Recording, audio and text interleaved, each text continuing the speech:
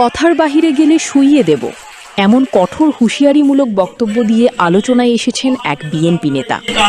তার ওই বক্তব্যের ভিডিও সামাজিক যোগাযোগ মাধ্যমে ছড়িয়ে পড়ার পর শুরু হয়েছে ব্যাপক সমালোচনা। জানা গেছে ওই নেতার নাম মোহাম্মদ শহীদ আলী। তিনি যশোর জেলার শার্শা উপজেলার কন্যাদহ গ্রামের মৃত আব্দুল কাদেরের ছেলে। বর্তমানে তিনি শার্শা উপজেলা বিএনপির শ্রম বিষয়ক সম্পাদক হিসেবে দায়িত্ব পালন করছেন। পাশাপাশি বেনাপোল পোর্ট 925 নম্বর গোডাউনের লেবার সেক্রেটারি হিসেবেও কর্মরত রয়েছেন। সামাজিক যোগাযোগ মাধ্যমে ছড়িয়ে পড়া ভিডিওতে তাকে কঠোর ভাষায় হুঁশিয়ারি দিতে দেখা যায়। তার বক্তব্যকে কেন্দ্র করে বিভিন্ন মহলে মিশ্র প্রতিক্রিয়া তৈরি হয়েছে। অনেকেই এ ধরনের বক্তব্যকে রাজনৈতিক শিষ্টাচার বহির্ভূত বলে মন্তব্য করেছেন। আপনাদেরকে কেমন বারবার আমাদের কেন বলতে হবে যে একজন লোক মুখ বদলাচ্ছে, আপনারা আমাদেরকে ফোনকে বলেন এই আজকে দিনের পর থেকে আর ফোনকে বলবেন না, একবার মানা করবেন এই মুখ বন্ধ কর, মুখ বন্ধ করবেন ওখানে বেশি শুনবেন।